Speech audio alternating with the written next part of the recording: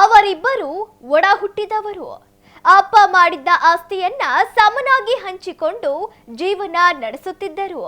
ಇಬ್ಬರಿಗೂ ಮದುವೆಯಾಗಿ ಮೊಮ್ಮಕ್ಕಳು ಕೂಡ ಇದ್ರು. ಇಷ್ಟಿದ್ರು ಕ್ಷುಲ್ಲಕ ಕಾರಣಕ್ಕೆ ಅಣ್ಣ ತಮ್ಮನ ನಡುವೆ ಗಲಾಟೆಯಾಗಿದ್ದು, ಗಲಾಟೆಯಲ್ಲಿ ಒಬ್ಬನ ಪ್ರಾಣ ಪಕ್ಷಿಯೇ ಹಾರಿ ಹೋಗಿದೆ. ಅಪ್ಪ ಮಾಡಿಟ್ಟ ಆಸ್ತಿ ಅನುಭವಿಸೋದು ಬಿಟ್ಟು ಅಣ್ಣನೇ ತಮ್ಮನನ್ನು ಕೊಲೆ ಮಾಡಿ ಈಗ ಜೈಲು ಪಾಲಾಗಿದ್ದಾನೆ. ಅಷ್ಟಕ್ಕೂ ಕೊಲೆಗೆ ಕಾರಣ ಏನು ಅಂತೀರಾ? ಇಲ್ಲಿದೆ ನೋಡಿ.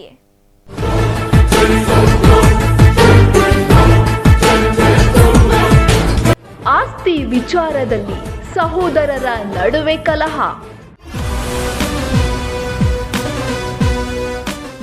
ಅಂಗೈಯಗಲ ಭೂಮಿಗಾಗಿ ತಮ್ಮನನ್ನೇ ಅಣ್ಣ, ತಮ್ಮನನ್ನೇ ಕೊಂದ ಅಣ್ಣ. ಮಾರಕಾಸ್ತ್ರಗಳಿಂದ ಕೊಚ್ಚಿ ಮಾಡಿದ ಅಣ್ಣ.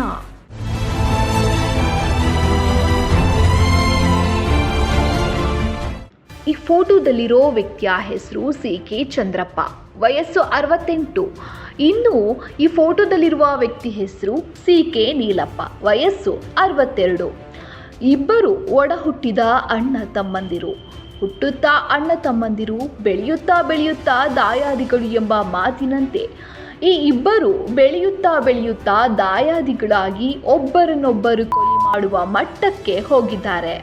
ಹೌದು, ದಾವಣಗೆರೆ ಜಿಲ್ಲೆ ಮಾಯಕೊಂಡದಲ್ಲಿ ಅಂಗೈಯಗಲ ಭೂಮಿಗಾಗಿ ಅಣ್ಣನೇ ತಮ್ಮನನ್ನ ಕೊಲೆ ಮಾಡಿರುವ ಅಮಾನವೀಯ ಘಟನೆ ನಡೆದಿದೆ.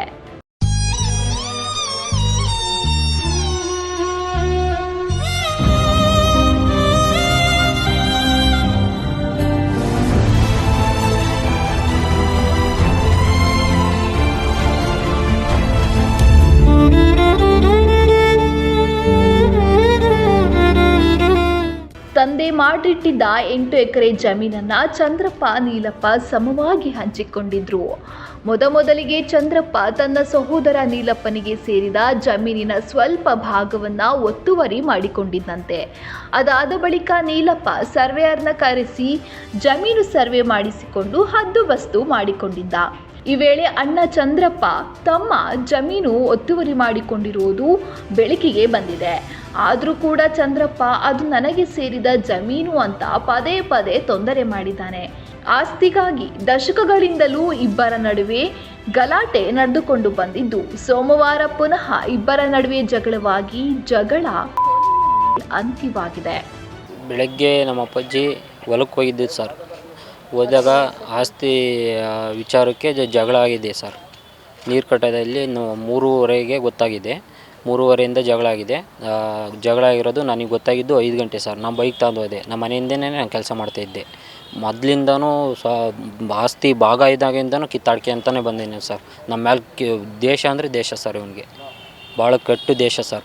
2021ರಲ್ಲಿ ಅಡಿಕೆ ಗಿಡ ಕಡ್ದಿದ್ದೆ ಸರ್. ಅದು ಕಂಪ್ಲೇಂಟ್ ಆಗಿದೆ. ಅವನ ಮೇಲೆ 3 ಕಂಪ್ಲೇಂಟ್ ಮಾಡಿವಿ ಸರ್. ಸಮಪಾಲು ಮಾಡಿದ್ರು ಮತ್ತು ಭಾಗ ಬೇಕಂತ ಆಗ್ತಿದ್ದಾನೆ ಸರ್. ಮತ್ತು ಹೊಸ್ದಾಗಿ ಭಾಗ ಬೇಕು ಅಂತ ಆಗ್ತಿದ್ದಾನೆ ಸರ್.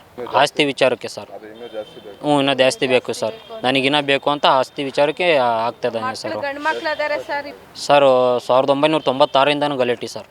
ಅಲ್ಲಿಂದ ಇಲ್ಲಿವರೆಗೂ ಕಂಪ್ಲೇಂಟ್ ಕೊಟ್ಕೊಂತೇ ಬಂದೀವಿ ಸರ್. ಏನು ಆಕ್ಷನ್ ತಗೊಂತೇನೆ ಇಲ್ಲ ಸರ್. ಮಾಯ್ಕೊಂಡ ಸರ್. ಸರ್ ಸುಮಾರು ಒಂದು 30-40 ಪಟ್ಟ ಕಂಪ್ಲೇಂಟ್ ಕೊಟ್ಟಿದ್ದೀವಿ ಸರ್. ಜುಲ್ಮೆಯಿಂದ ನನಗೆ ಇದನ್ನು ಮಾಡ್ತಾರೆ ಸರ್. ಸಾಕ್ಷಿಗೆ ಹೋಗಿ ಅವನು ಅರೆಸ್ಟ್ ಮಾಡಿದಾರಲ್ಲ, ಅವನಿಗೆ ನಮ್ಮದು ಫೋಟೇಜ್ ಐತೆ, ಅವನಿಗೆ ತೋರಿಸ್ತಾರೆ ಸರ್ ಹೋಗಿ ಪೊಲೀಸ್ನವರು ಫೋಟೇಜ ವಿಡಿಯೋಸ್ಗಳ. ಸರ್ ನಮಗೆ ನ್ಯಾಯ ಸಿಗಬೇಕು ಸರ್. ನಮಗೆ ನ್ಯಾಯ ಸಿಗೋ ಮಟ್ಟ ನಾವು ಬಾಡಿ ಅನ್ನೋದಿಲ್ಲ ಸರ್. ಅವ್ರ ಮಕ್ಕಳು, ಅವ್ರ ಮಂತನ, ಅವ್ರ ಗಂಡ ಹೆಂಡ್ತಿ, ಅವ್ರ ಮಕ್ಕಳು ಗಂಡ ಹೆಂಡ್ತಿ ಎಲ್ಲರೂ ಸೇರಿ ಮಾಡಿದ್ದಾರೆ ಸರ್. ಎಲ್ಲರೂ ಕೈವಾಡ ಇದ್ದಾರೆ ಸರ್. ನನಗೂ ಜೀವ ಬೆದರಿಕೆ ಹಾಕಿದ್ದೇನೆ ಸರ್. ನಿಮ್ಮ ಅಪ್ಪನ ತೆಗ್ದಂಗೆ ನಿನ್ನೂ ತೆಗಿತೀನಿ ಅಂತ ಜೀವ ಬೆದರಿಕೆ ಹಾಕಿದ್ದೇನೆ ಸರ್. ಸರ್ ಇಬ್ಬರು ಗಂಡು ಮಕ್ಕಳು, ಒಬ್ಬರು ಹೆಣ್ಮಗಳು. ಮಕ್ಕಳು ಪ್ರವೀಣ್ ಅನ್ನ ಸರ್ ದೊಡ್ಡ ಮಗ, ಚಿಕ್ಕನು ಮುರಳಿ ಅಂತ ಸರ್. ಲಕ್ಷ್ಮಿ ಸರ್ ಮಗಳು. ಅವರು ಒಬ್ಬ ಬಾರಲ್ಲಿದ್ದಾನೆ ಸರ್ ಮುರಳಿ ಅನ್ನೋನು. ಒಬ್ಬ ಹೆಂಡ್ತಿ ಕೆಲಸದಲ್ಲಿದ್ದಾಳೆ, ಅವಳ ಮನೇಲಿರ್ತಾನೆ ಸರ್. ಜೀವ ಬೆದರಿಕೆ ಹಾಕಿದ್ದಾನೆ ಸರ್. ನಿಮ್ಮ ಅಪ್ಪನ ತೆಗ್ದಂಗೆ ನಿನ್ನೂ ತೆಗಿತೀನಿ ಅಂತ ಜೀವ ಬೆದರಿಕೆ ಹಾಕಿದ್ದಾನೆ ಸರ್. ಒಂದೇ ತಿಂಗಳಲ್ಲಿ ತೆಗಿತೀನಿ ಅಂತ ಜೀವ ಬೆದರಿಕೆ ಹಾಕಿದ್ದಾನೆ ಸರ್. ಸರ್ ಎಲ್ಲ ಆಸ್ತಿ ಎಲ್ಲ ಆಗಿದೆಯಲ್ಲ ಸರ್, ಪಾಲಿಭಾಗ ಆಗಿದೆ. ಮತ್ತೆ ಆಸ್ತಿ ಕೊಡು ಅಂದ್ರೆ ಎಲ್ಲಿಂದ ಕೊಡ್ತೀನಿ ಸರ್? ಸರ್ ನಮಗೆ ಹೊಲ್ದಾಗೆ ನಮ್ಮ ಅಪ್ಪಾಜಿ ಈಗ 20-30 ವರ್ಷದಿದ್ದಾನೆ ಇದೇ ಗಲಾಟೆಲ್ಲೇ ಬಂದುಬಿಟ್ರು. ಅವನಂತರ್ಕು ನಮ್ಮ ಅಪ್ಪಾಜಿ ನಮ್ಮ ಅಮ್ಮಗೆ ಎಲ್ಲರಿಗೂ ಕೊಳಕ ಕಿಚ್ಚ ಬೈಯೋದು ಹೊಡಿಯೋದು ಇದು ಯಾವ ನೋಡಿದ್ರು ಕೋರ್ಟು ಟೇಷನು ಅಂತ ಓಡಾಡ್ತಾನೆ ಇರ್ತಿದ್ವಿ ಸರ್ ನಾವು. ನಮ್ಮ ಅಪ್ಪಾಜಿ ನಿನ್ನೆ ಹೊಲಕ್ಕೆ ಹೋದಾಗ ಯಾರೋ ಬಂದು ನಿಮ್ಮ ಅಪ್ಪಾಜಿ ಬ್ಲಡ್ ಆಗಿ ಕೈಯೆಲ್ಲ ರಕ್ತ ಆಗಿ ತಲೆ ಬುಲ್ಡೆಲ್ಲ ರಕ್ತ ಆಗೈತವ, ಎಚ್ಚರ ತಪ್ಪಿದ್ದತೆ ಅಂದಾಗಲೇ ನಮಗೆ 5:15 ಗೊತ್ತಾಗಿರೋದು. ಇದು ಅಲ್ಲಿ ತನಕ ನಮ್ಮ ಅಪ್ಪಾಜಿಗೆ ಏನಾಗೈತೆ ಅಂತಂದೆ ಗೊತ್ತಿಲ್ಲ ನಮಗೆ. ಹೊಲ್ದಾಗ ಇಬ್ಬರು ಜಗಳ ಆಡ್ಕೊಂತಂದೆಲ್ಲ ಹೊಡೆದಾಕಿ ಸಾಯಿಸ್ಬಿಟ್ಟಾರೆ. ನಮಗೆ ನ್ಯಾಯನೇ ಯಾರು ಕೊಡ್ತಾ ಇಲ್ಲ ಸರ್. ನಮಗೆ ನ್ಯಾಯ ಕೊಡಿಸ್ರಿ. 28 ವರ್ಷ 30-35 ವರ್ಷದಿಂದನೂ ಬರೇ ಜಗಳ ಜಗಳ ಜಗಳ ಅಂತಂದೆ ಬಂದುಬಿಟ್ರು. ಕೋಟು ಮಚ್ಚು ಕುಡುಗ್ಲಿಡ್ಕಂದೆ ಹೊಲ್ದಾಗ ಓಡಾಡೋನು ಸರ್ ಅವನು. ನಮ್ಮ ಅಜ್ಜ ನಮ್ಮ ತಮ್ಮನ ಹೆಸ್ರಿಗೆ ಬಿಲ್ ಬರೆದಿದ್ದೆ ಬಂದುಬಿಡ್ತು. ಇವರೆಲ್ಲ ಬಾಲ್ ವಿಭಾಗ ಆಗಿ 1997 ಆಗಿರೋದು ಸರ್. ಇವ್ರು ಈಗ ಆಗಿರೋದಲ್ಲ. ಇವರು ಅಲ್ಲೇ 35-6 ವರ್ಷ ಆಗೈತೆ ಇವ್ರು ಆಗಿ. ಆದರೂ ಬಿಡ್ತಾ ಇಲ್ಲ ಇವ್ರ ಜಗಳನ. ಯಾವ ನೋಡಿದ್ರು ಜಗಳ ಬರೇ ಕೋರ್ಟು ಟೇಷನ್ನು ಅಂತ ಅಲ್ದಾಡಿಬಿಟ್ಟಿವಿ ನಾವು ಜೀವನದಾಗ. ಬರೇ ಹೊಲದ್ದೇ ಸರ್ ಇದು. ಪಿತ್ರಾರ್ಜಿತ ಅವ್ರೇನು ಸ್ವಂತ ದುಡ್ದು ತಾಂದಿರೋದಲ್ಲ. ಅಪ್ಪನ ಆಸ್ತಿಗೆ ಅಣ್ಣ ತಮ್ಮ ಜಗಳ ಆಡೋದೆ. ಏನು ದುಡ್ಡು ಆಸ್ತಿಗೆ ಜಗಳ ಆಡ್ತಾರೆ ಬಿಡಪ್ಪ ಅನ್ನೋಕ್ಕೆ. 4 ಎಕರೆ ನಮ್ಮ ಅಪ್ಪಾಜಿಗೆ 4 ಎಕರೆ 2 ಗುಂಟೆ, ಅವ್ರಿಗೆ 4 ಎಕರೆ ಹೋಗೈತೆ ಸರ್.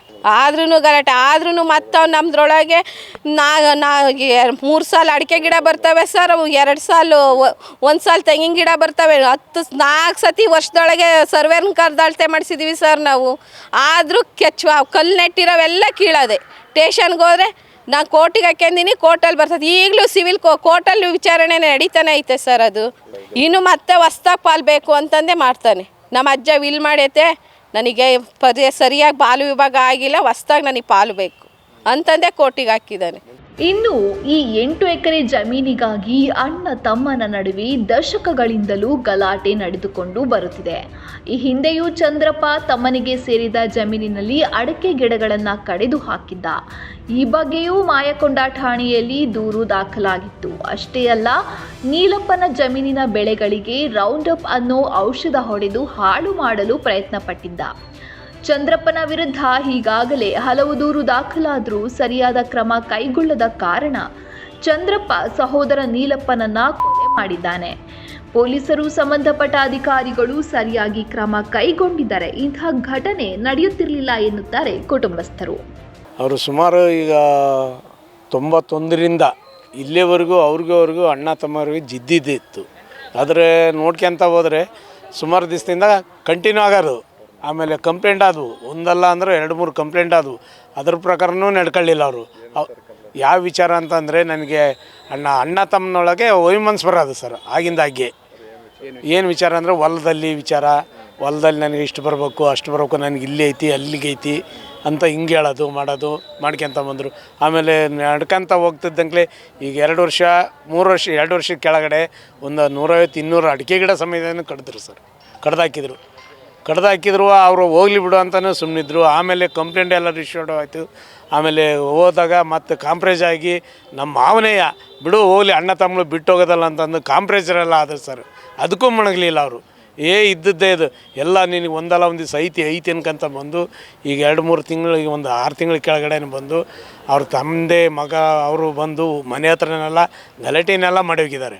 ಅದಕ್ಕೂ ಇವರು ಹೋಗ್ಲಿ ಬಿಡು, ಅದನ್ನ ನಾವ್ಯಾಕೆ ಆದಾಗ ಧೂಳ ನಮ್ಮ ಮೈ ಮೇಲೆ ಹಾಕ್ಯನ್ಬೇಕು ಅಂತ ಇದು ಮಾಡಿದ್ರು ಸರ್ ಅವರು. ಆವಾಗ ನಿನ್ನೆಗ ವೈಮನ್ಸ್ ಅಂದರೆ ನಿನ್ನೆ 12 ಗಂಟೆ ಸುಮಾರು ಸರ್ ಇವರು ಆಕಳ ಹಿಡ್ಕೊಂಡು ಹೊಲ ಕಡೆ ಹೋಗಿದ್ದಾರೆ. ಅಲ್ಲಿ ಅಣ್ಣ ತಮ್ಮ ಇದ್ದಾಗ ಅವ್ರು ನೀರು ಕಟ್ಟೋ ವಿಚಾರದಲ್ಲಿ ಅಣ್ಣ ತಮ್ಮ ಇದ್ರ ಬದ್ರ ಬಂದು ವಾಚಾಡಿದ್ದಾರೆ ಸರ್. ಯಾವ ವಿಚಾರಕ್ಕಂತ ಕಾಣದ ಕಣ್ಣು ಇದಕ್ಕೆ ಪ್ರಪೋಸ್ ಮಾಡಿದ್ದಾರೆ ಅಂತ ಹೇಳೋಕ್ಕಾಗಲ್ಲ. ಯಾವ ವಿಚಾರಕ್ಕಂತ ಅಣ್ಣ ತಮ್ಮ ವಾಚಾಡಿದ್ದಾರೆ ಎಲ್ಲದೂ ಆಗೈತಿ. ಆಮೇಲೆ ಅವರು ಜೋರ ಮಾಡಿದ್ದಾರೆ, ಇವರು ಮಾತಾಡಿದ ತಕ್ಷಣ ಏನೈತೆ CC ಕ್ಯಾಮ್ರಾದಲ್ಲಿ ಇದಾಗಿದೆ. ಅದನ್ನ ಸೆರೆ ಹಿಡಿದು ನೋಡಿದಾಗ ಅಣ್ಣ ತಮ್ಮ ವಾಚಾಡಿದ್ದಾರೆ ಅಂತ ಅಂದು ಮಧ್ಯಾಹ್ನ 12:30 ಸುಮಾರು ಗಲಾಟೆ ಆಗಿದೆ ಸರ್.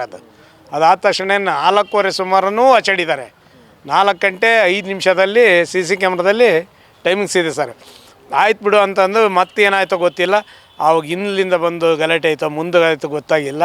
ಅಂತೂ ಮಚ್ಚಿನಲ್ಲೇ ಹೊಡೆದಾರೆ ಸರ್. ಅದು ಘಟನೆಗೆ ಸಂಬಂಧಿಸಿದಂತೆ ಈಗಾಗಲೇ ಚಂದ್ರಪ್ಪನನ್ನ ಮಾಯಕೊಂಡ ಪೊಲೀಸರು ಬಂಧಿಸಿದ್ದಾರೆ. ಆದರೆ ಮೃತನ ಕುಟುಂಬಸ್ಥರು ಚಂದ್ರಪ್ಪನ ಮಕ್ಕಳು ಮತ್ತು ಪತ್ನಿ ವಿರುದ್ಧವೂ ದೂರು ನೀಡಿದ್ದು, ಘಟನೆಗೆ ಕಾರಣರಾದವರ ವಿರುದ್ಧ ಕ್ರಮ ಕೈಗೊಳ್ಳುವಂತೆ ಒತ್ತಾಯಿಸಿದ್ದಾರೆ. ಕ್ಯಾಮ್ರಾಮನ್ ರಾಕೇಶ್ ಜೊತೆ ಭೀಮ್ನಾಯಕ್, ಒನ್ ಕನ್ನಡ ನ್ಯೂಸ್, ದಾವಣಗೆರೆ.